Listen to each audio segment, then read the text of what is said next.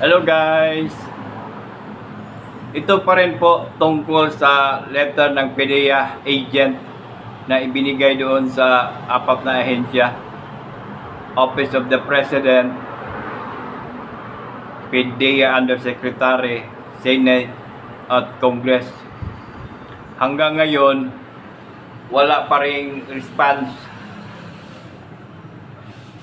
Alam nyo ba, nandyan kayo sa posisyon nyo upang to serve the Filipino people because that is your primary duties and responsibilities, especially yung elected official ng sambayan ng Pilipino. Hindi kayo naghahanap buhay lang dyan at takot mawala ng trabaho or budget. You should serve the people of the Philippines. Mandato nyo yan. Mahirap ba yan gawin? Gusto ng sambayan ng Pilipino na malaman ang katotohanan. Bakit hindi nyo magawa?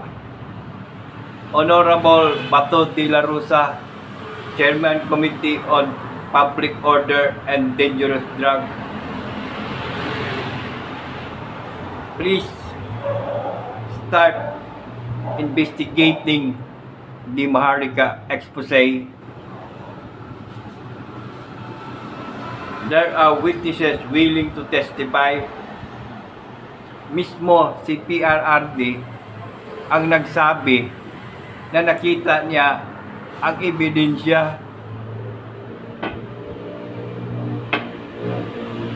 Again, once and for all, sana maimbestigahan na ang expose ni Maharlika para matapos na ang lahat tungkol dito.